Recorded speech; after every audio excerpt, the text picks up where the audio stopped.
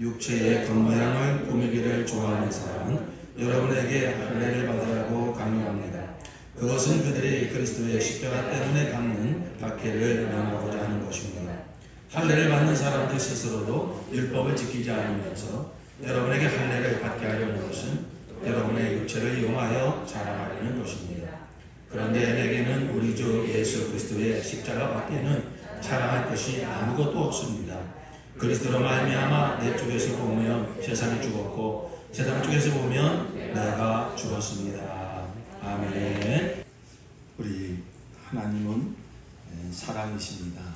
그 하나님의 사랑은 독생자를 우리를 위해서 내어주신 사랑입니다. 하나님의 독생자 예수 그리스도께서 이 세상에 오셔서 바로 구원의 역사를 이루셨습니다. 그곳이 바로 갈보리 언덕 십자가입니다. 사도 바울께서는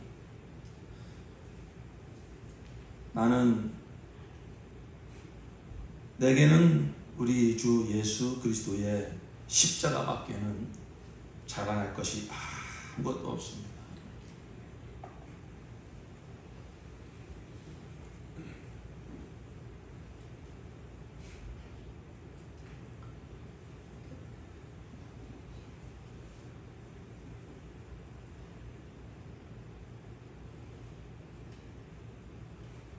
나는 예수 그리스도와 그의 십자가 외에는 아무것도 알지 아니하기로 작정하였다. 고린도전서 2장에는 또 그렇게 말씀하고 있습니다. 오직 내가 예수님의 십자가의 도를 이제 깨달았다. 그래서 고린도전서 1장에는 이 십자가의 도는 멸망하는 자들에게는 미련한 것이요 구원을 얻는 우리에게는 하나님의 능력이라.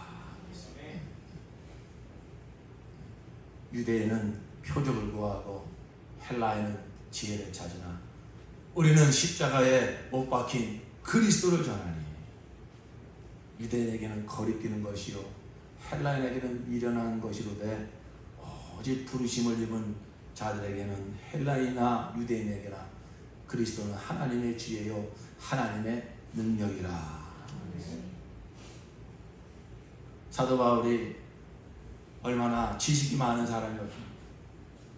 얼마나 세상의 학문과 그 당시의 철학과 시학과 뿐만 아니라 그는 유대인으로서의 종교적인 열심과 율법을 지키려는 강한 의지와 정말 흠을 찾아보기 어려울 정도로 그는 세상의 지혜도 세상의 철학도 종교적인 열심도 다 두루두루 갖춘 사람입니다. 자랑거리가 한두 가지가 아닙니다. 둘째가라면 서러운 사람이었습니다. 그런데 그가 하는 이야기가 뭐죠? 나는 이제 예수 그리스도의 십자가 외에는 결코 자랑할 것이 없습니다. 나는 예수 그리스도와 그의 십자가 외에는 아무것도 알지 아니하기로 작정하였습니다. 예수님을 십자가에서 예수의 십자가를 그가 만나는 순간 그 십자가에서 이루신 하나님의 구원이 무엇인지를 깨닫고 성령으로 말미암아 예수님이 십자가에서 이루신 이 구원은 실제 내 영혼에 그 피로 경험하고 그 죄사함과 하나님과 화목하게 됨과 그리고 하나님의 자녀로 거듭남과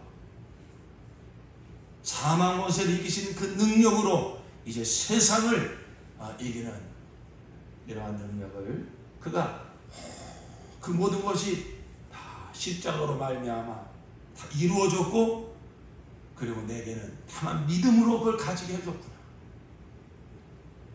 그가 이전에 세상 철학을 공부하며 또 율법으로 열심히 하나님을 섬기면서 찾았던 모든 것, 어떻게 하면 이 내 안에서 끊임없이 올라오는 나를 정죄하는 이 율법의 정죄에서 어떻게 하면 내가 자유로울 수 있을까? 내가 얼마나 더 선하게 살아야 하나님 앞에 의롭게 설 수 있을까? 어떻게 하면 내가 이 세상을 이기며 다스리며 살 수 있을까? 어떻게 하면 어느 날 죽음이 나를 찾아온다 할지라도 조금도 두려워하지 않고 그 죽음을 평안하게 맞이할 수 있을까? 사실 모든 지혜자들이, 모든 사상가들이, 모든 철학자들이 찾는 그 진리죠.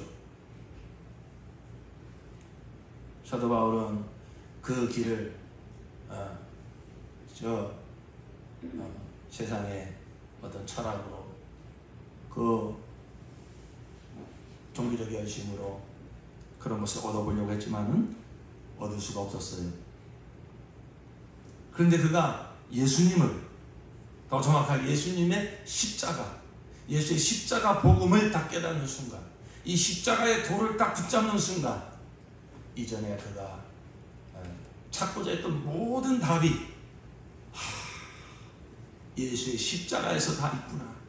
하나님이 그 아들을 보내사 십자가에서 우리 인류의 궁극적인 모든 문제를 다 해결해 주셨구나.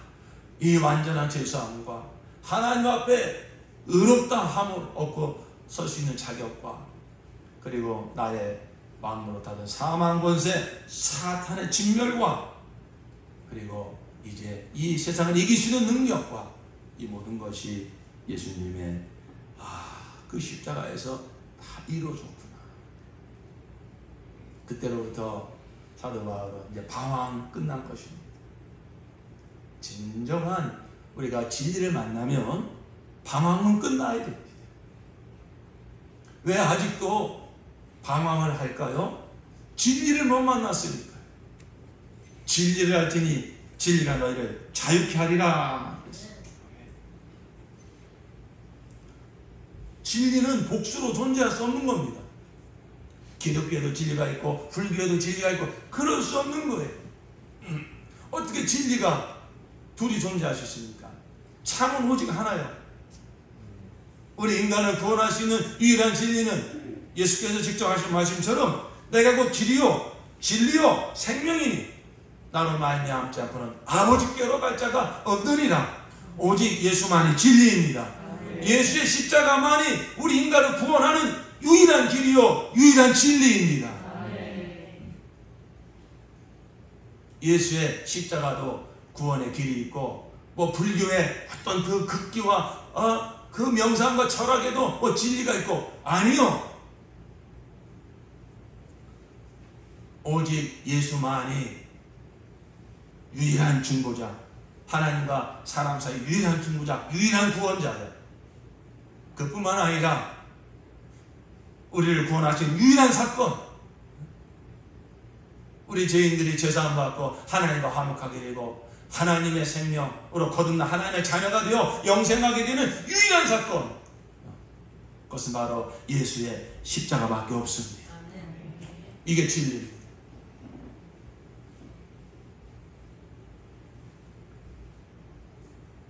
그래서 사도 바울은 그 전에 자기가 자랑스럽게 여겼던 것을 진짜 자랑거리를 만나고 나니까 그 무엇이 나를 이렇게 죄와 사망에서 자유롭게 해줄까? 그 무엇이 하나님 앞에 나를 담대하게 서게 해줄 수 있는 능력이 어디 있는가? 그것을 찾아서 내가 헤매었는데 어디서도 못 찾았는데 예수님의 십자가를 만나고 나니, 이 십자가의 복음을 깨닫고 나니 거기에 모든 것이 있었구나. 예수님의 십자가를 깨닫고 나니 그 전에 내가 자랑스럽게 여기던 나의 모든 그 이력들, 나의 모든 지식들, 내 모든 종교적인 그 어떤 성취와 열심들, 그것이 결국은 하나님의 그 영광과 전혀 거꾸로 가고 있었구나. 그게 오히려 하나님의 뜻을 방해하고 나뿐만 아니라 다른 사람들까지도 정말 하나님이 주시려고 하는 그 구원을 제대로 못 보게 만들고 자꾸 나에게 힘주게 만들고 내 자랑거리 만들게 하는 하나님의 구원과 전혀 반대되는 노릇을 했구나. 원수 노릇했구나. 그걸 깨달으면서 그는 자신이 이전에 자랑스럽게 했던 모든 것들을 배설물로 버리고, 야, 이게 다 더러운 것이구나. 그리고 오직 예수 그리스도와 그의 십자가 외에 자랑할 것이 없나. 예수의 증인, 십자가의 증인이 된 줄로 믿습니다. 사도 바울뿐만이 아닙니다. 정말로 예수님을 온전히 만난 사람은 어디서? 십자가에서. 예수의 온전한 증인이 되려면 사도 바울처럼 나는 이제 세상에 두려울 것도 없고 부러울 것이 없노라. 감옥에 갇혔어도 찬양할 수 있고 병상에 누워서도 찬양할 수 있고, 나를 그 전에 칭찬하던 모든 사람들이 다 나를 떠난다 할지라도 그들을 미워하지 않고 오히려 긍휼히 여기며 그 가운데서도 찬양할 수 있는 그러한 능력은, 그러한 힘은 바로 예수님을 십자가에서 만난 사람, 그 사람만이 이 복음의 영광에 사로잡혀 온전한 예수의 증인이 되고 세상을 이기고 이 땅에 또 하나님의 구원의 통로로 쓰임받을 수가 있습니다. 여러분, 예수님 만나셨습니까? 어디서 만나셨습니까?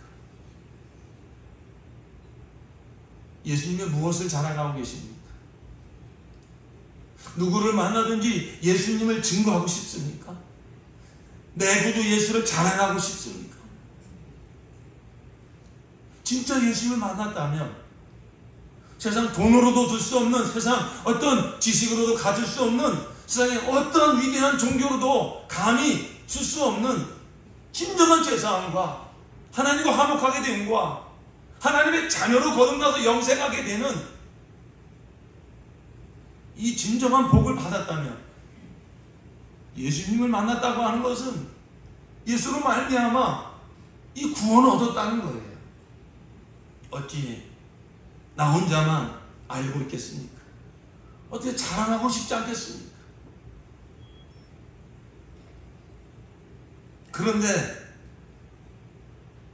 그 예수의 구원을 이렇게 정말 자랑할 수 있는 사람은 예수를 어디서 만난 사람이냐면 저 벳세다 광야 오병이어의 그 자리가 아니에요.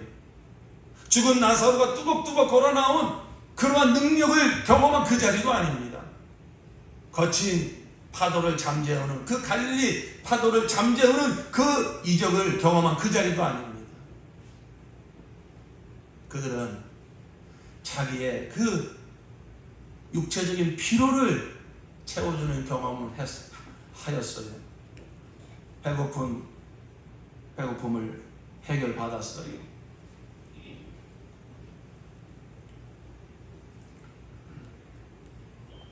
그러나 그들은 예수님이 막상 십자가에 못 박혀 죽으실 때 다 떠났습니다. 오히려 십자가에 못 박으라고, 저 바라바는 놔두고 저 예수를 십자가에 못 박으라고 돌변하여서 소리쳤습니다. 십자가가 무엇인지 모르니까, 십자가가 하나님의 구원인 것을 모르니까. 오늘날도 마찬가지입니다. 나 교회 나가서 예수 믿어가지고 나 병고침 받았어. 죽을 병에 걸렸는데 나 예수님 만나서 병고침 받았어. 정말 그 귀한 경험이에요. 그러나 그것만 붙잡고 있는 사람은 예수의 온전한 증인이 되지 못합니다. 그 경험만 가지고 있는 사람은 세상을 이기지 못합니다. 진정한 자유를 누리지 못합니다.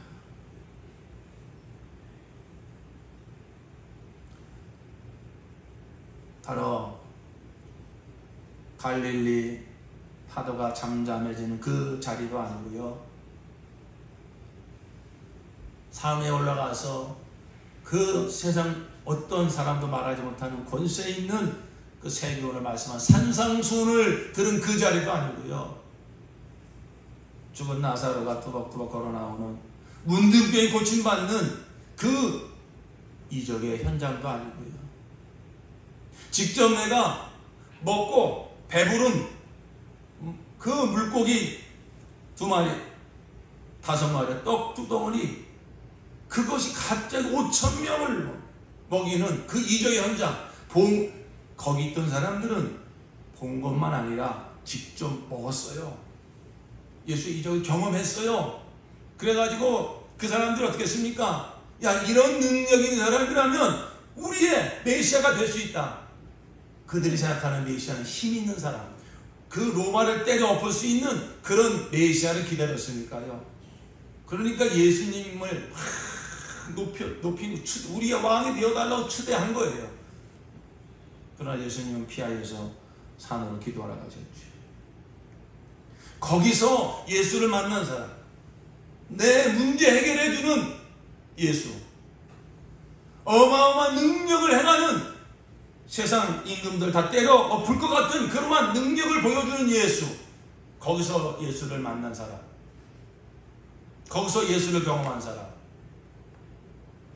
그 자리는 구원의 자리가 아닙니다.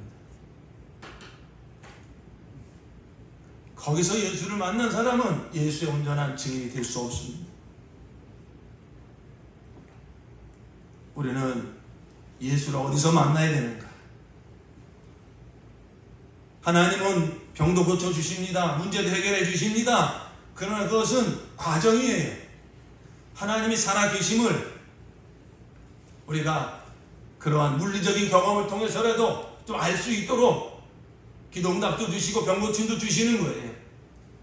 그러나 그것은 어떻게 보면 맛보기죠. 그것은 어떻게 보면 하나님이 정말 우리를 만나시려고 하는 그 자리로 이끄시기 위해서 주시는 하나의 관문과 같은 거예요.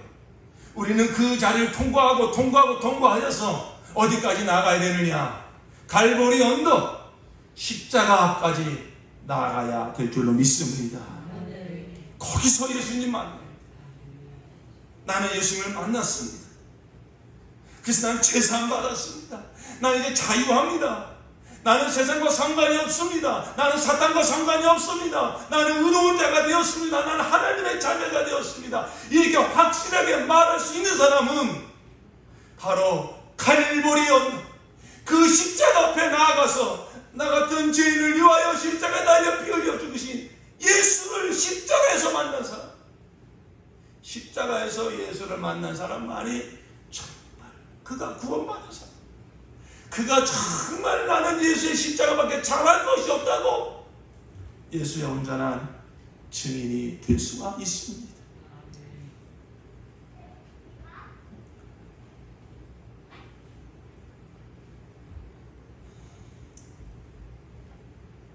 그 십자가의 경험,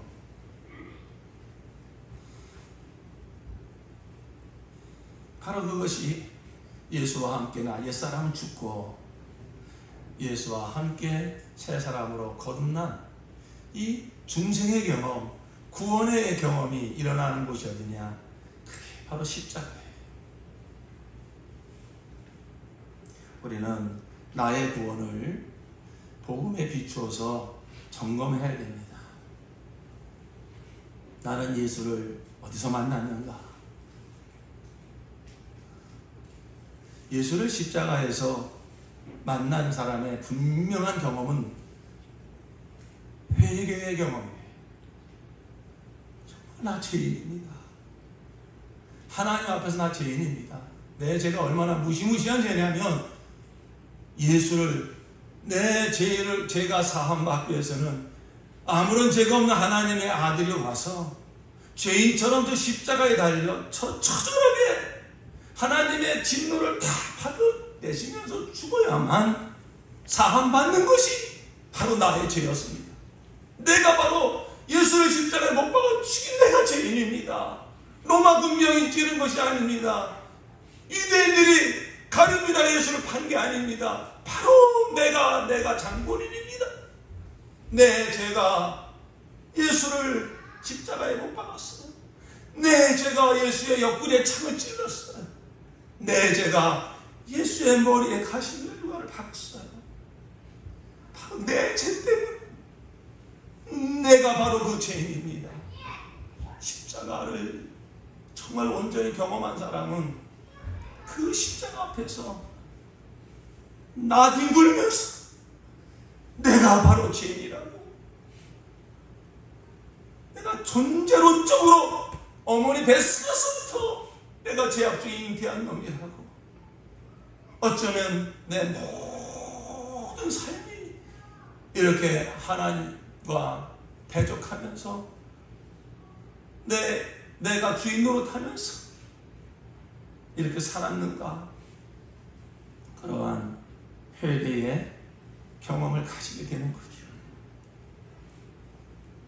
사도행전 2장에 베드로가 성령 받고 예수가 하나님의 아들 그리스도 십자가 복음을 전파할 때 성령이 역사하시니까 그 하루에 3,000명이나 되는 사람들이 가슴을 치면서 어찌할꼬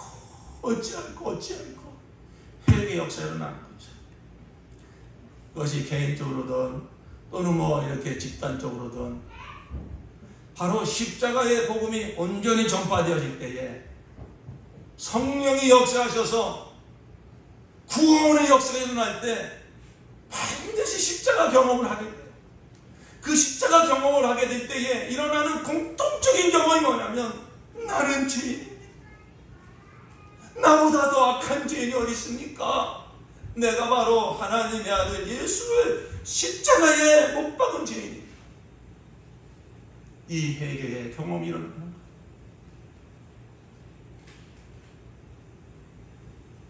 그리고 다시 눈을 들어 십자가를 바라볼 때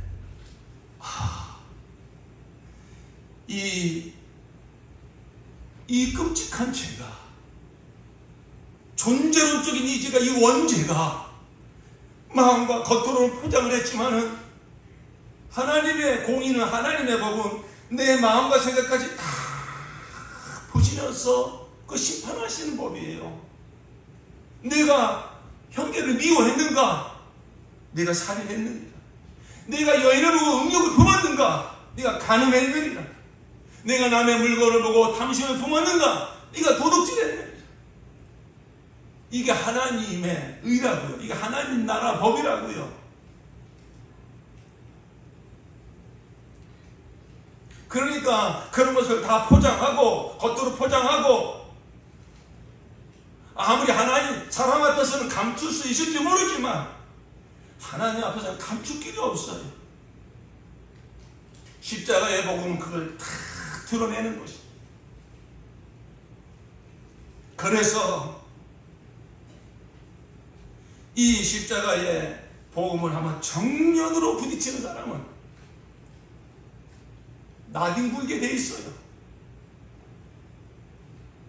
나 십자가 복음 알아요. 예수님이 나를 십자가에 못 박아 죽으셨죠? 감사합니다.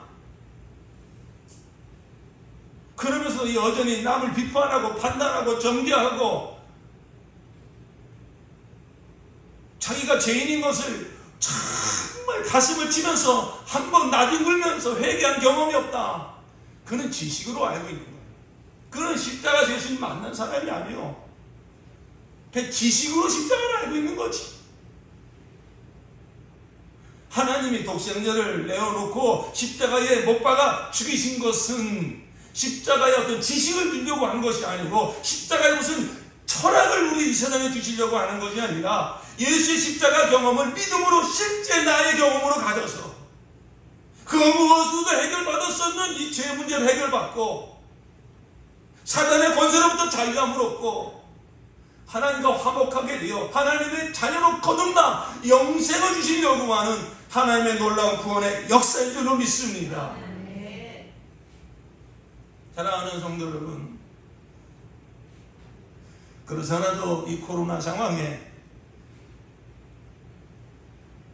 정말 모이기 힘들 때 이렇게 주일날 나오셨는데 여러분 마음을 좀 위로해드리고 힘을 주고 마음을 좀 평안하게 해드리고 싶은 마음이 왜 없겠습니까? 여러분의 삶이 얼마나 지금 긴장이 되어 있습니까? 그러나 우리에게 있어서 진정한 위로와 진정한 평안과 앞으로 세상이 점점 더 힘들어질 텐데, 이러한 세상 속에서 정말 어떤 상황에서도 승리를 선포하며 세상을 이길 수 있는 능력은 단순히 내 마음을 위로해주는 그러한 인간적인 그런 위로가 아니라, 세상은 나에 대하여 죽었습니다. 나도 세상에 대하여 죽었습니다. 무슨 얘기죠? 세상을 이길 수 있는, 세상을 지배할 수 있는 힘을 가졌다는 거예요. 어디서? 십자가에서. 나는 예수 그리스도의 십자가에 결코 자랑할 것이 없나니, 왜? 세상은 나에 대하여 십자가에 못 박혀 죽었고 나도 세상에 대해 못 박혀 죽었습니다. 나는 세상과 상관없습니다. 내가 세상에 살고 있지만 나는 세상을 이기면서 삽니다. 세상을 다스리면서 삽니다. 바로 이 십자가 복음이 사도 바울만의 선포가 아니라 저와 여러분에게도 다시 한번 십자가 경험이 충만히 경험되어져서 우리도 사도 바울처럼 나도 예수의 십자가에 결코 잘할 것이 없노라 하는 이러한 십자가의 지인들 되시기를 축원합니다. 이 마지막 시대를 살아가는 사랑하는 성도님들, 지난주에도 말씀드렸지만 여러분을 어떻게 축복할까? 여러분을 어떻게 무엇으로 무장시킬까? 하는 것이 아닙니다. 바로 이 십자가 복음으로, 이 십자가 복음으로 아직 정말로 십자가 경험을 가지지 못한 성도들이 있다면 솔직하게 하나님 앞에 고백하십시오. 나 교회는 다니고 있지만, 나 예수님 믿어서 병 고침도 받고 마음 평안을 얻었지만 난 정말로 예수님을 십자가에서 만난 경험이 없어요. 나는 정말로 내가 존재론적으로 죄인이라고, 하나님 앞에서 나 죄인이라고, 하나님의 법으로 나 지옥과 마땅한 죄인이라고, 그렇게 하나님의 공의의 비침을 받아 내가 하나님 앞에 무릎 꿇어 내가 회개한 적이 없습니다. 정말 뒤돌아보십시오. 스스로 속으면 안 돼요. 세상 일은 사기당할 수 있고 부도당할 수 있어요. 구원만큼은 사기당하면 안 돼요. 내가 정말로 예수님을 십자가에서 만난 경험이 없고 진정한 내가 죄인이라는 회개 경험이 없다면 구원받은 것이 아닙니다. 교회를 아무리 오래 다녔어도. 저는 수십 년 전에 정말 안타까운 일을 들은 적이 있어요. 참 착하신 분이고 교회 오래 다니시고 장로 직분까지 받으신 분이에요. 저희 교회 얘기가 아니라 다른 교회 얘기입니다만, 제가 전해드린 얘기입니다만, 근데 그분이 암이 걸리셨어요. 그 얼마나 막 고통이 심하신지. 그래 막 임종 직전에 가서 예배를 드리는데 아무런 반응이 없습니다. 그런데 그분 입에서 나오는 소리가 뭐냐? 예수가 어딨어? 천국이 어딨어? 부인하더라. 이게 얼마나 황당한 일입니까? 사기당한 거예요. 부도난 거예요. 영혼에 부도난 거예요. 이것은 세상에서 사기당하면 그 후유증이 5년 가고 10년 가고 또 평생 간다고 해봤자 몇십 년 갈 것입니다. 그러나 이 구원에 대해서 사기당하면요, 영원한 후유증이 남는 거예요. 그러므로 사랑하는 성도 여러분, 정말로 너희가 믿음이 있는가? 고린도후서 13장 5절, 너희가 믿음이 있는가? 너희가 구원받았는가? 너희 자신을 시험하고 확증받으라는 거예요. 남들이 집사님 이런 소리에 속지 마시고 십자가 복음과 한번 정면으로 좀 부딪혀보라는 거예요. 다른 그것이 아니라, 이제 저도 지금 성령의 감동하심이 있어 지난주부터 십자가 복음을 이제 계속 전할 것입니다. 십자가 복음이 2000년 기독교 역사 속에서 세상으로부터 환영받아본 적이 없어요. 아니, 기독교 안에서도 그렇게 별로 환영을 받아본 적이 없어요. 왜? 사도 바울이 말한 것처럼 유대인에게는 거리끼는 것이고 헬라인에게는 미련한 것이라는 거예요. 그러나 우리가 구원받을 수 있는 유일한 복음은 예수 그리스도의 십자가 복음. 성령은 한 영혼라도 구원하셔서 역사하고 계시니 정말로 십자가 복음이 선명하게 선포되어질 때에 하나님께서 구원하시는 영혼에게는 성령이 역사하셔서 십자가 복음과 정면으로 부딪히게 만들어서 어찌할꼬 회개하며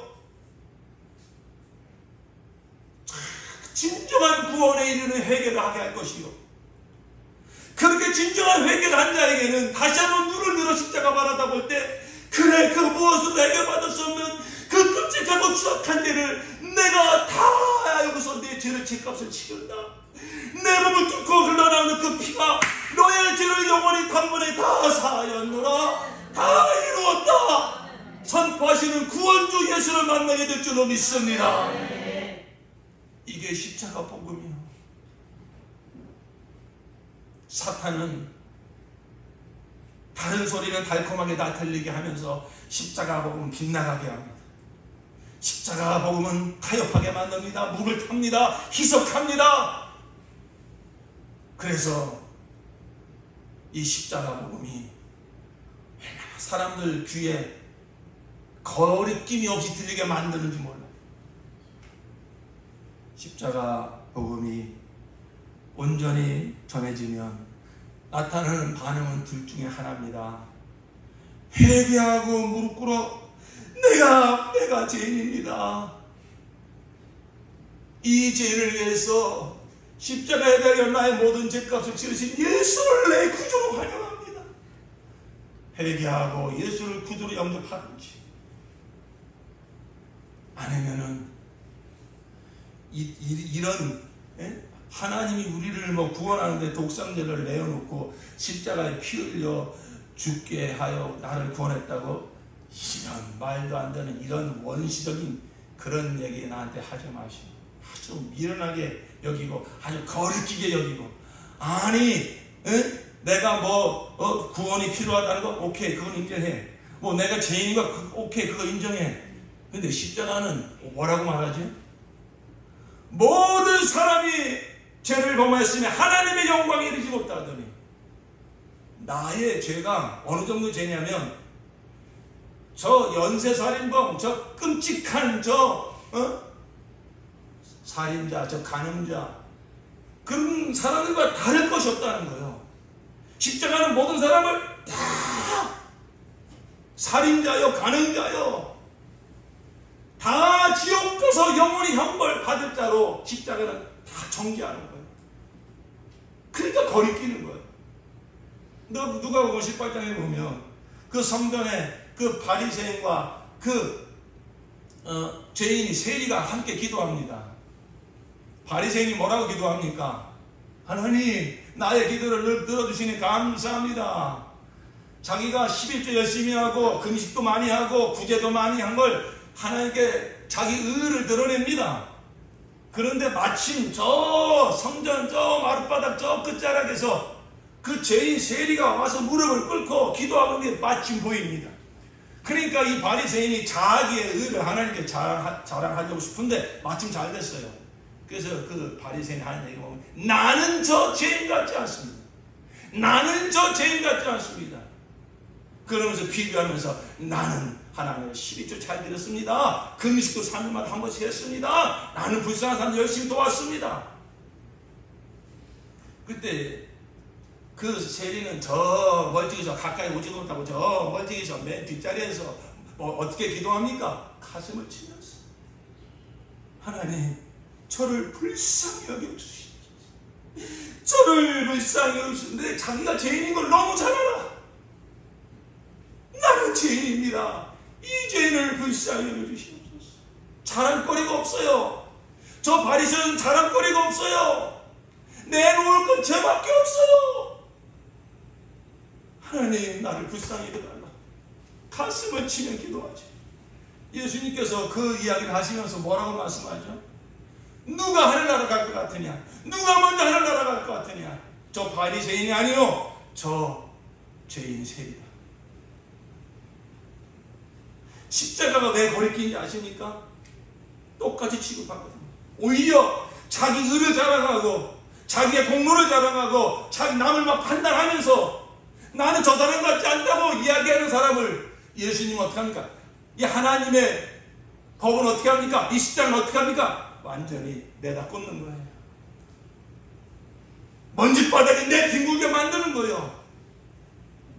이 독사의 새끼들아, 이 회칠한 무덤아, 네가 율법을 열심히 지킨다고 네가 착하게 산다고 남을 정죄하고 판단하느냐? 내 속을 들여다보니 너는 하나님을 믿는 믿음도 없어. 네가 하나님 잘 믿는다고, 하나님 사랑한다고, 내가 네 속을 들여다보니 하나님을 사랑하는 마음이 하나도 없어. 믿음도 하나도 없어.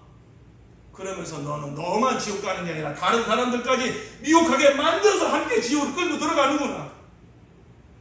바리새인들이, 서기관들이, 대제사장들이, 율법사들이 예수님을 왜 이렇게 미워했을까요?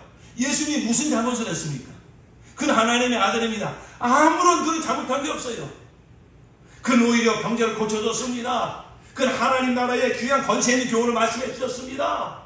불쌍한 자들의 친구가 되어줬습니다. 예수님이 미움받을 짓한 게 뭐가 있습니까? 그런데 예수님을 유독 미워한 사람들이 누구요? 그 당시에 종교 기득권자들, 자칭 타칭 의인, 자칭 타칭 하나님을 가장 사랑하고 가장 잘 믿는다고 하는 사람들, 그들은 예수님을 엄청 미워했어요. 왜 그렇죠? 예수님의 메시지를 들어보니까 똑같이 취급하거든요. 아니, 내가 구원이 필요하다는 거 인정하겠는데 내가 나를 어떻게 저렇게 악한 저 악질 죄인가 나를 왜 똑같이 취급하냐 이거야. 그게 무슨 복음이냐 이거야. 오늘날도 마찬가지입니다. 십자가의 복음이 왜 세상에서 거리낌 당하지 아십니까? 모두가 죄인이라고. 어느 정도 죄인이냐? 다 지옥과 마땅한 죄인이라고. 아니, 나의 이 선한 행위를 좀 봐주십시오. 나의 이 정규적 열심을 봐주십시오. 나를 알지 못하고 당신 그러는 거 아닙니까? 아니요. 당신의 그 선함과 당신의 그 잘남과 당신의 그 자랑거리가 남을 판단하고 남을 비판하면서 견주면서 나의 자랑거리로 자랑하는 한 그건 다 누더기요, 배설물이요, 그건 하나님의 영광의 원수로 가는 거예요. 이게 십자가 복음이에요. 그러니까 이 십자가의 도가 유대인들에게는 거리끼는 것이고 헬라인에 미련한 것이에요. 왜 미련한 것일까요? 죄인들을 구원하러 왔으면 무슨 뭐 막 능력을 좀 행하고, 아니 저런 죽은 나사로도 살리는 그 힘을 가지고 물고기 2마리 떡, 뭐 계속 헷갈려 뭐죠? 물고기 2마리 떡 5덩어리요. 맞죠? 여러분 알아서 여러분 들으십시오. 장정만 5,000명. 그러니까 뭐 한 2만 명 넘는 자들을 다 먹이셨어요. 그래서 그 당시 환호성을 지르면서 호산나 호산나, 드디어 우리의 메시아가 나타났구나. 그들은 메시아라면 힘이 있어가지고 뛰어난 지혜가 있어가지고서 이 힘든 세상에서, 이 힘든 세상살이에서 뭔가 우리를 건져주고 경제적인 문제를 해결해주고 정신적인 뭔가 지주가 돼주고 이런 메시아를 기다렸다 이거예요. 그래서 예수님이 막 권세 있는 세계를 말씀하시고 엄청난 능력을 행하니까 저분이 우리의 메시아가 됐으면 좋겠다. 그래서 그렇게 추정을 했는데 로마 군병들이 잡으러 오니까 털 깎는 자 버린 양처럼 순순히 잡혀가는, 가룟에다가 은삼순양에 예수님 왜 팔았을까요? 여러 가지 이유가 있지만 가장 그래도 설득력 있는 것은 보니까 예수님이 대단한데 정말 엄청난 분인데 뭐 제대로 좀 로마 그 정부하고 딱 맞닥뜨리면은 그냥 저런 뭐 하늘로부터 막 불을 내려가지고 로마 정부 다 금방 때려엎을 것 같은데 안 하시거든. 내가 팔을 깔아주자. 그래서 내가 예수님 팔면 예수님이 드디어 능력 행사하지 않을까, 아마 이런 생각을 가지고 했던 것 같아요. 베드로가 예수님이 겟세마네 동산에서 기도하고 있을 때 로마 군병들이 잡으러 왔을 때 그 베드로가 아주 화끈하잖아요. 그 칼을 들어가지고 말고의 귀를 잘라버립니다. 그때 베드로의 마음은 어땠을까요? 내가 먼저 칼을 쓰면 드디어 예수님께서 하늘에 막 열대어부대는 천사를 부려가지고 그 잡으러 로마 군대 때려왔고 이제 예루살렘으로 승리의 개성가를 부르면 들어가지 않으실까? 아마 생각했던 것 같아요. 그러니까 내가 먼저 선수 치자. 이때다! 하고 칼을 휘둘렀는데 예수님이 어떡하십니까? 아이고, 그 떨어진 길을 다시 붙여주시고 그리고 뭔가 다음 액션을 기대했는데 순순히 잡혀가는 거예요. 그래서 어떡합니까? 아이고 아닌가 보다. 우리가 단단히 잘못 생각했구나. 다 도망가졌습니다. 며칠 전만 해도 호산나 호산나 종려나무 가지를 흔들면서 겉옷을 벗어서 길을 만들고 드디어 우리의 메시아가 왔다고 환호성을 질러대는 유대인들 어떡합니까? 그 예수님께서 잡혀가지고 때리면 맞고 침을 뱉으면 침 뱉음을 조롱하면 조롱당하고 그 모습을 보니까 심한 배신감이 느껴지는 거예요. 우리의 메시아가 되줄 줄 알았더니 도대체 저게 무슨 꼴인가? 그래가지고 유대인들은 마음이 돌변해가지고 바라바를 놔줄까? 전 나사렛 예수를 놔줄까? 바라바를 놔주십시오. 그 흉악범 바라바를 놔달라는 거예요. 그리고 예수님이 무슨 잘못이 있다고 그래 십자가에 못 박으라고 못 박으라고.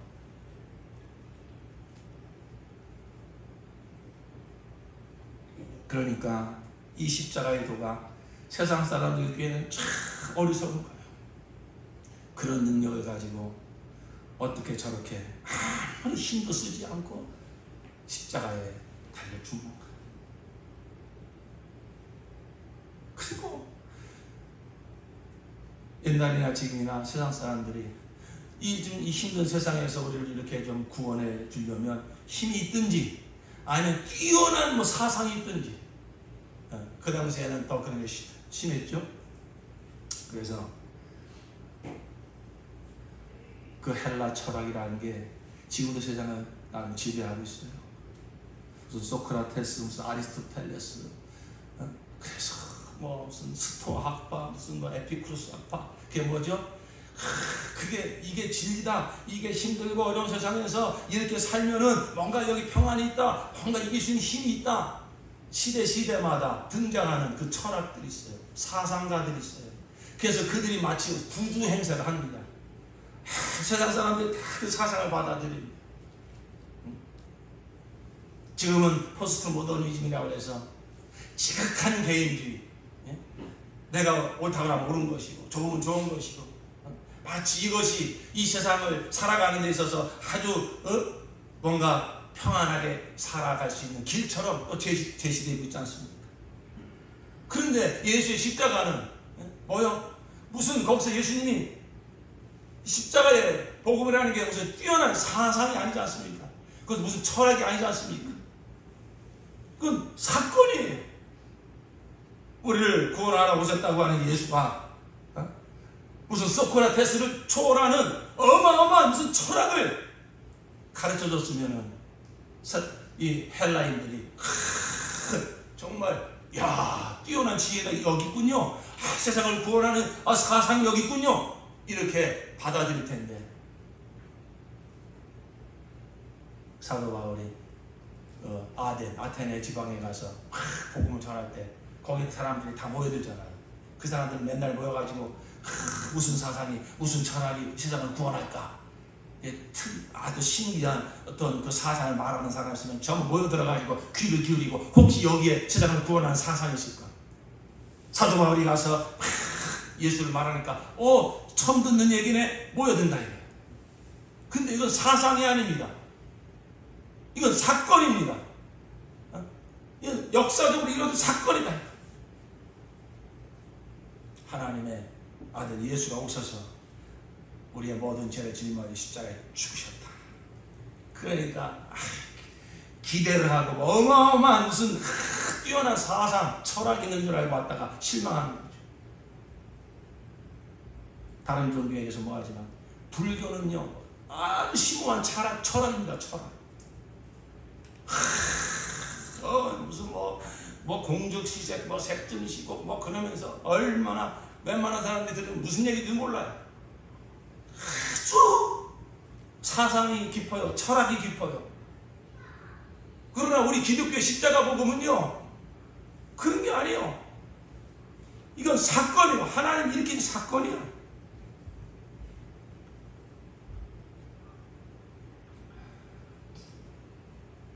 사람들이 또 거리끼 하는 건 뭡니까? 나름대로 사상 사람들은 또 뭐 어떤 공정, 정의, 뭐 그런 인과법칙 이런 거에 또 매여 있어요. 내가 죄를 졌으면 내가 죄값을 치러야지. 뭐 그게 마땅한 거지. 십자가의 복음이 뭐죠? 하나님의 아들, 아무런 죄가 없는 하나님의 아들 오셔가지고 나의 죄를 대신 짊어지고 대신 속죄물이 되셨다는 거예요. 그러니까 이것도 사람들의 어떤 그 인과법칙, 어떤 도덕, 어떤 정의, 오늘날 유행하고 있는 공정, 여기 안 맞는 거예요. 내가 죄값을 치러야지.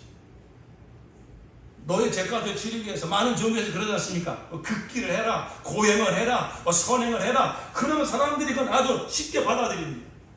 맞아. 그래서 우리의 뭐 죄가 좀 감해지는 거지. 그렇게 살아서 극락에 가는 거지. 이런 얘기는 좀 잘 이해가 되는데 십자가의 복음은 전혀 그것과 다른 얘기 하잖아요. 아무리 우리가 악하고 추하게 살았다 할지라도 십자가의 복음은 뭘 선포해요? 모든 사람이 다 똑같다는 거예요. 다 악한 죄인이라는 거예요. 그 죄에서 벗어나기는 전무한데 하나님이 그 독생자 예수를 보내서 그 죄를 다 짊어지고 십자가에 피려 죽게 하심으로 우리의 모든 죄를 사하셨다는 거예요. 그래서 이 십자가의 이 도가, 이 십자가의 복음이 정말 성령께서 열어주시기 전에는 아주 거리끼는 메시지고 어리석은 메시지.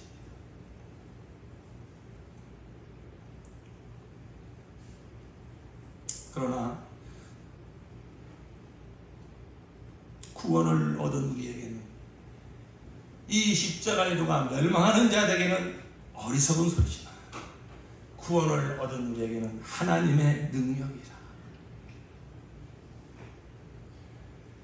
부르심을 받은 우리들에게는 예수 그리스도와 그의 십자가는 하나님의 지혜요 하나님의 능력이니라.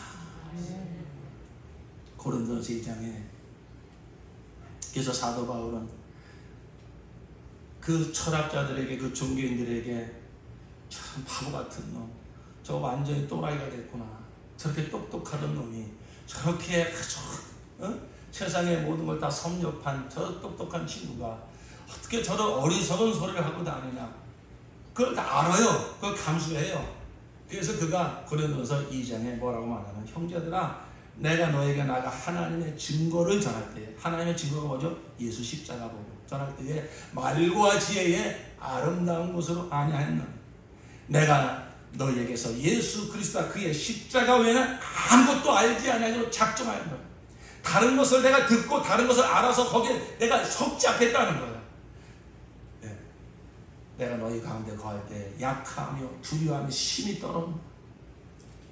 내 말과 내 전도함이 지혜에 권하는 말로 하지 아니하고 성령의 나타남과 능력으로 하였노니 너희 믿음이 사람의 지혜에 있지 아니하고 하나님의 능력에 있게 하려 하였노라. 내가 온전한 자들 중에서, 그 지혜 있다고 하는 자들, 그 고린도에 얼마나 지혜 있다, 내가 온전한 자들 중에서 내가 지혜를 말하노니 이 지혜는 이 세상의 지혜가 아니요 이 세상에 없어질 관원의 지혜도 아니요 오직 비밀한 가운데 있는 하나님의 지혜를 말하는 것이니 곧 감췄던 것인데 하나님 우리의 영광을 위해서 만세전에 미리 정하신 것이라. 이 지혜는 이 세상의 관원들이 하나도 알지 못하였느니 만일 이 지혜를 알았다면 영광의 주를 십자가에 못 박지 아니하였으리라. 이 십자가의 복음은요, 세상 사람 믿을 때는 거의 뛸지 모르지만 하나님이 우리의 영광을 위해서, 우리의 구원을 위해서 언제 정하신 하나님의 지혜라고요? 만세 전에 정하신 하나님의 지혜요 하나님의 능력인 줄로 믿습니다.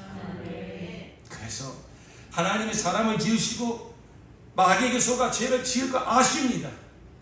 이 죄에서 어떻게 저 인간들을, 저 죄인들을 온전히 구원할까? 하나님은 이미 독생자를 보내사 십자가의 피로 죽게 함으로 우리를 구원하실 뜻을 창세전에 정하셨어요. 사도 바울은 그걸 안 겁니다. 너희는 서로 지혜를 말하는구나. 너희는 무슨 소크라테스 제자라고 그런 철학을 주장하는구나. 너는 스토아 학파라고 그것이 세상을 구원할 것처럼 이 시대를 말하면 무슨 어떤 대통령이 어떤 철학가가 어떤 그것이 마치 어떤 문제를 해결할 것처럼 말하는구나. 그런데 내가 말하는 지혜는 이 세상에 나온 지혜가 아니야. 이것은 하나님이 우리의 영광을 위해서 만세전에 정하신 것이고 감췄던 것인데 드디어 그 지혜가 이 세상에 나타났으니 그게 바로 예수 그리스도의 십자가 아니라 이건 하나님의 지혜, 하나님의 능력이라는 거예요. 그래서 우리가 지금 구약성경 여러분이 잘 읽어오셨으니까 이 예수의 십자가 복음이 어떻게 흘러왔는가? 죄를 짓자마자 하나님께서 뭐라고 말씀하십니까? 여인의 후손이 나타날 것이다. 그리고 이 죄인들이 에덴 동산을 쫓겨난 이후에 이 죄인들이 하나님을 만나는 방법을 하나님이 어떻게 가르쳐 주십니까? 피의 제사를 드려라. 가인과 아벨이 똑같이 제사를 드립니다. 아벨은 피의 제사를 드리죠. 가인은 곡물로 제사를 드리죠. 하나님은 아벨의 제사를 받습니다. 그 이후로도 아브라함도 이삭, 야곱도 노아도 특별히 모세를 통해서 제사법을 하나님 이스라엘 백성들에게 주셔가지고 계속 피의 제사를 드리게 합니다. 출애굽기 25장 22절에 보면 그 성전 짓는 법을 모세에게 다 가르쳐 주신 다음에 가장 깊은 곳 지성소에 거기에 속죄소를 뒀고 내가 너의 돌판을 거기다 집어넣어라. 거기서 내가 너를 만나리라. 거기서 내가 너를 만나리라. 죄인이 어떻게 하나님을 만날 수 있을까요? 죄인이 하나님을 만나는 방법은 우리가 만들어내는 어떤 그 종교나 철학이나 어떤 우리의 종교적 열심으로 하나님을 만날 수가 없어요. 우리 죄인이 거룩하신 하나님을 만날 수 있는 길은 하나님이 길을 열어주셔야만 하나님의 계시로 그 길이 열려질 줄로 믿습니다. 하나님께서 계속 구약 내내 하나님이 죄인이 하나님을 만나는 그 길이 무엇이라는 겁니까? 그 방법이 무엇이라는 겁니까? 피의 제사라는 거예요. 피의 제사.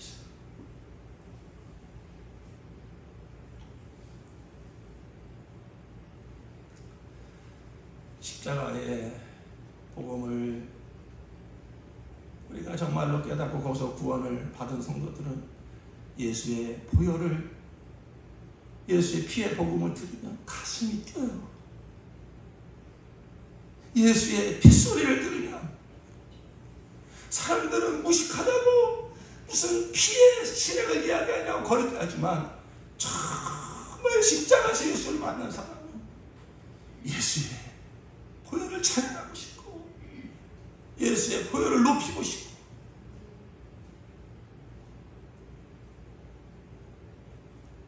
하나님께서 우리 죄인들을 만나는 길을 그 피의 제사를 통해서 계시하셨어요. 왜? 죄인들이 이 죄를 가지고 하나님 만났었으니까 죄를 해결받고 하나님 만나야 되니까 죄값은 사망이니까 그 죄값을 치렀다는 증거가 바로 피니까 피를 하나님께 보이며 나아가는 것이죠. 그래서 때가 참에 갈라디아서 4장 4절에 하나님이 그 아들을 보내사 여자에게서 나게 하시고 율법 아래 나게 하신 것은 율법 아래 있는 자들을 성량하려 하십니다. 그래서 우리로 아들의 명분을 얻게 하려 하심이라. 그랬습니다. 바로 하나님이 우리 죄인된 사람을 만나서 온전한 제사함과 구원의 길을 여시고자 계속 피의 길을 깔아오시더니 드디어 때가 참에 예언하신 대로 독생자 예수를 보내셨어. 그로 말미암아 십자가의 대속물 되게 하셨습니다. 거기서 우리의 모든 인류의 죄를 담당케 하시고 사망 권세를 진멸하시고 3일 만에 부활하심으로 우리의 진정한 메시아가 되셨습니다. 여러분,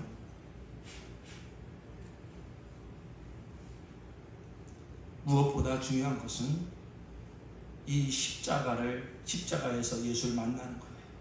사람으로 태어났으면 다른 건 몰라도 반드시 예수를 만나 구원받아야 돼요.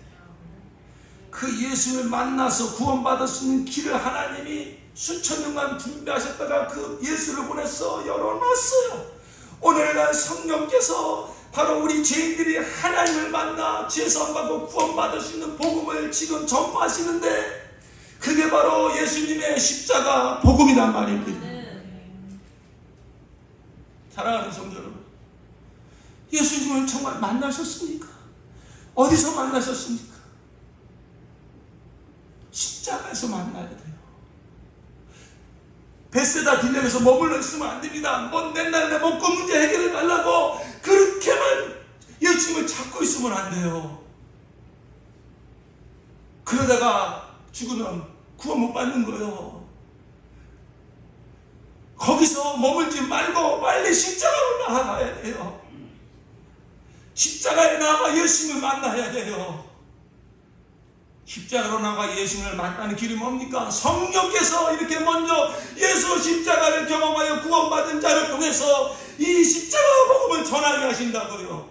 성령께서 역사하시니 시공간을 초월하여서 내 영혼이 십자가로 나아가 예수의 피를 경험하고 예수의 죽음을 경험하여 죄사함 받고 거듭나는 역사를 성령님은 지금도 이루고 계신 줄로 믿습니다.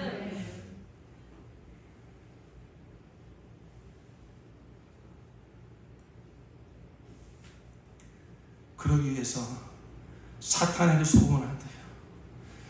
십자가로 나아가, 다시 말씀드립니다. 정말로 내 구원을 점검해 보셔서 예수 십자가에서 요즘 만난 경험이 없고 진정한 회개 경험이 없다면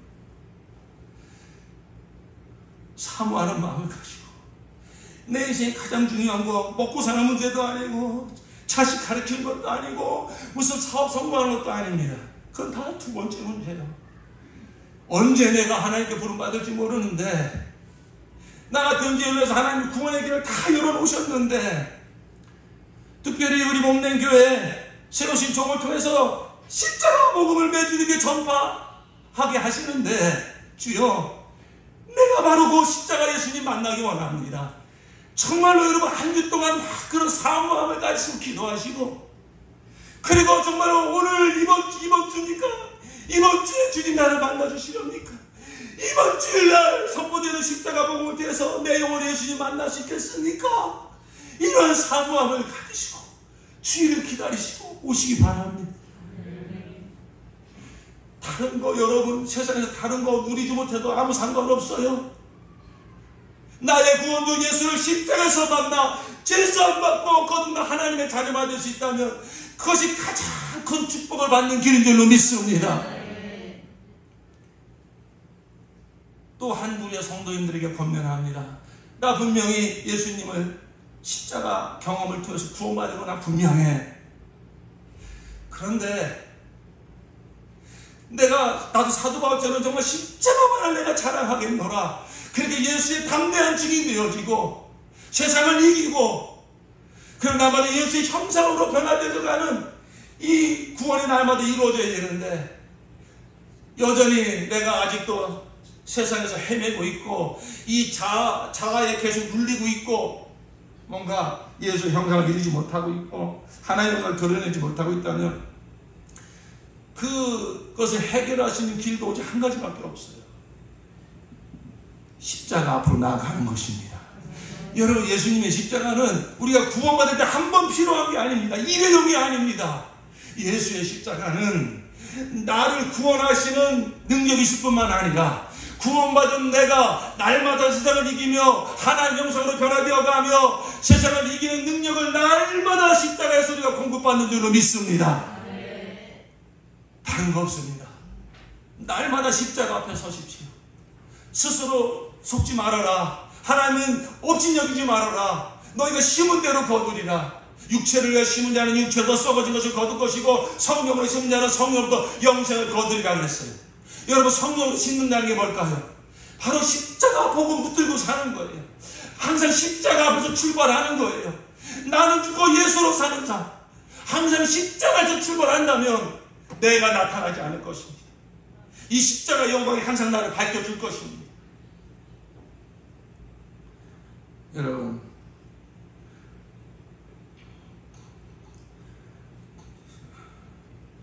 여러분이 힘들게 하는 어떤 고난이 있습니까? 시련이 있습니까? 그것은 십자가로 다시 한번 나아가서 옛사람 예수님과 함께 죽었음에도 불구하고 또다시 그것이 나를 통해서 이렇게 드러나서 이 십자가의 길을 온전히 걷지 못하게 하는 사단의 역사, 그걸 분별하셔서 십자가로 나아가 그것을 남을 이유하지 말고 남을 판단하지 말고 이 자아가 살아난 것을, 이 자아의 추악함을 하나님께서 그렇게 드러내 주신 것이니 십자가로 나아가 다 내려놓을 때 거기서 다시 예수님을 더 깊이 만나는 그런 경험을 하게 될 것입니다. 제가 이 9월 첫째 주를 맞이할 때마다 기억나는 시간이 있습니다. 너무나 말씀을 많이들 다 알고 계십니다만 31년 전 27살에 지금도 기억해요. 8월 27일 날 제가 논산훈련소에 입소를 했습니다. 그 전에도 하나님께서 이 복음으로 계속 저에게 다가오셨고 그 복음으로 하나님 하시는 작업은 다른 거 없었어요. 이 내 안에 교만함, 내 안에 남을 판단하고 내가 그래도 저 사람보다는 괜찮겠지, 어떤 세상적인 것이든지 종교적인 것이든지 그런 어떤 우월감, 그런 자만감, 그런 교만, 그게 깨져야, 그게 정말로 이거 더러운 거구나, 이거 배설물이구나, 이건 자랑거리가 아니구나, 그걸 정말로 깨닫고 내려놔야 예수님을 만날 수 있는데, 예수님을 깊이 만날 수 있는데 여전히 그런 걸 의지하고 그런 것 가지고 내 자랑거리를 여기고 내 인생의 어떤 보람을 여기고 그런 것이 하나님이 계속 깨뜨렸거든요. 지금 다 말씀드릴 수 없습니다만 하나님이 계속 그러면서 다 내려놔. 그런데 이거 하나 내려놓으면 또 이거 붙들고 내 자존심을 삼고 내 인생의 어떤 자랑거리를 삼고 그런 게 계속 있었어요. 그러니까 참 하나님께서 너무 신실하시죠. 그런 못된 놈은 하나님 포기하지 아니하시고 하나님이 다 내 인생 가운데 작업하셔서 27살 늦은 나이에 이제 군대 들어가게 하신 거예요. 지금도 잊지는 못하는 그 8월 27일 날 들어가니까 뭐 얼마나 뭐 그냥 막 짐짝 취급을 하든지 막 정신없이 막 사람을 굴리더라고요. 그러더니 저녁 때쯤 돼가지고 그 등나무 벤치에 저하고 앉혀놓고 뭘 작성을 하게 했어요. 그런데 지금 생각 너무 내가 참 부끄러운데 뭘 이렇게 뭐 쓰라고 하는데 그냥 쓰면 되는데 순간에 제가 내가 그래도 이 친구들보다 난 괜찮은 사람이야. 이걸 내가 증명받고 싶은 거야. 그러니까 내가 한번 질문을 똑똑하게 해야지. 자, 질문 있습니다. 뭐라고 하셨는데 이거 이렇게 어떻게 이렇게 하라는 겁니까? 나름대로 저의 어떤 나는 그래도 27살에 나는 그 대학원 학력을 가지고 왔어. 나는 석사학위를 가지고 있어. 나는 쟤네들보다 이해력도 뛰어나. 그걸 거기서 또 증명받고 싶은 거야. 그러니까 그런 식으로 내가 질문한 거지. 그 의도를 가지고. 그러니까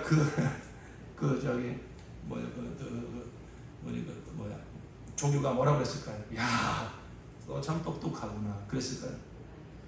이놈 이 새끼 뭐야 이거 엎드려 뻗쳐. 얼마나 숨갑지. 근데 또 군대 들어가니까 들은 얘기가 있어요. 군대 들어가면 막 이렇게 막 잘 불러 우는 불러 막 굴린다는 거야. 그래서 잘 알아듣고 잘 하라는 거야. 그래서 순간에 바닥에 그냥 팍 이렇게 엎어졌어요. 또. 그러니까 조교가 이 병신 같은 놈 이게 야, 이 새끼 엎드려 뻗쳐 하랬더니 왜 엎어지냐고. 와, 엎드려. 그때부터 야, 내가 이전에 뭐 자랑거리를 여겼던 모든 거 내가 뭐 이렇게 복음을 듣고 십자가 복음을 듣고 막 성령의 역사에 있어서 정말로 죄인입니다. 내가 이전에 자랑하는 거 아무것도 아닙니다. 이것까지 나를 판단하고 미워했던 거 회개합니다. 이러면 얼마나 좋았습니까? 근데 이런 사람은 별로 없는 것 같아요. 그러니까 하나님이 막 물리적으로 어떤 사건을 통해서 이전에 내가 자랑으로 여겼던 거 아무것도 아니라고 하는 거, 그걸 깨닫게 하십니다. 하나님은 저한테 그렇게 역사하셨어요. 무슨 뭐 학력, 무슨 뭐 나의 아무 소용이 없더라고요. 오히려 얼마나 그런 것 때문에 창피를 당하게 하시는 거죠.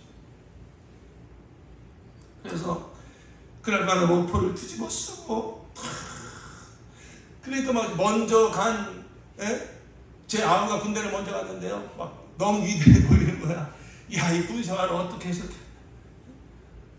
우리 여기 오늘 호민이 아빠도 와 계신데 저보다 먼저 몇 달 입수했어요. 그래서 또 제가 그냥 어디 이렇게 자대 가는데 미리 알고서 얼마나 또 저렇게 연락을 주고. 근데 막 이전에 항상 뭐 나보다 잘났다고 생각하는 적이, 나는 제 아우를 볼 때 한 번도 그런 생각 해본 적이 없어요. 얼마나 제가 교만하고 잘난 것도 없이 잘난 척을 하고 그렇게 컸는지 몰라요. 근데 나보다 못한 사람이 없는 것 같아. 그렇게 막 창피를 당하고 막 무시를 당하고 인격적으로 하나 존중받지 못하는 그런 상황 속에 들어가 보니까요, 나라는 존재 아무것도 아니구나. 그런데 제가 만약 예수를 몰랐다면요, 저 탈영했을 거예요 아마. 왜? 그날 밤에 조개 붙잡고 나 군생활 못하겠습니다 라고 여기까지 보고 올라왔거든요. 근데 맞아, 그 말은 못하겠더라. 내가 예수님 몰랐으면 분명히 어떤 사고 쳤을 거야, 탈영했을 거야. 그날 밤에 목포를 뒤집어 쓰고 눈물이 철철 흘리면서, 예수님, 그때 진실로 예수님을 찾게 됩니다. 예수님, 저 성경책 한 권만 가지게 해주세요. 다른 거 뭐 구할 게 없어. 여러분, 그게 뭐 엄청난 응답이 있겠냐 싶지 모르지만요, 저는 내 평생에 간증하는 내용입니다. 내 영이 알아요. 예수님이 얼마나 저를 뜨겁게 그때 만나줬는지. 인격적으로, 예수님 인격적으로 만나는 이런 거구나. 그날 밤 주님의 품 안에서 잠들고, 그 다음날 아침에 막 조교가 이렇게 해서 너 여기 청소해, 저기 청소해. 제가 딱 걸린 거지. 너 저 교회가 청소해. 하나님의 응답이지. 뛰쳐들어가 성경책 딱 문 열고 들어가니까 폭해 성경이 쫙 있어. 한 권 꺼내서 폭해서 집어넣고, 얼마나 훈련 받는 기간 내내 이 말씀을 읽으면서 얼마나 주님과 인격적으로 뜨겁게 만남을 가졌는지. 제 신앙생활에 정말 가장 제 인생의 힘든 시간이었지만은 내 영혼의 행복한 순간이었어요. 성경은 글씨가 아닙니다. 정말 주의 음성으로 들리고요, 얼마나 큰 힘을 주시는지. 그렇게 월요일을 시작을 했어요. 첫째 주가 됐습니다. 그때는 9월 2일이었어요. 그날만 기다리는 겁니다.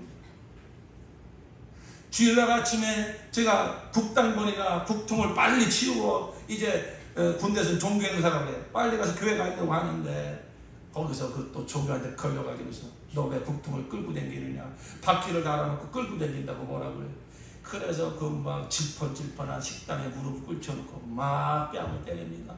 그런데요, 제가 막 낮아지기 시작하니까 나 아무것도 아닙니다. 이렇게 막 물리적으로 경험하다 보니까 조금은 창피한데 뭐 별로 그것 때문에 뭐 자존심 그런 것도 없어. 이제 하나님 작업하시니까 빨리 때리고 나 교회 보내달라. 그래가지고 이제 막 해가지고서 이제 예배를 보러 가는데 가슴이 뛰고요. 드디어 그 영분의 교회 모여가지고서 예배당을 들어가는데요, 들어가자마자 맨 뒷자리에 팍 엎어져가지고 예배 끝날 때까지 펑펑 울었어요. 펑펑. 주님의 품이 확실히 너무나 느껴지는 거예요. 주님의 사랑이 너무나 느껴지는 거예요. 사랑하는 성도 여러분, 야고보서 1장에 이런 말씀이 있어요. 나의 형제 자매 여러분, 여러 가지 시험을 만나거든 더할 나위 없는 기쁨으로 여기십시오.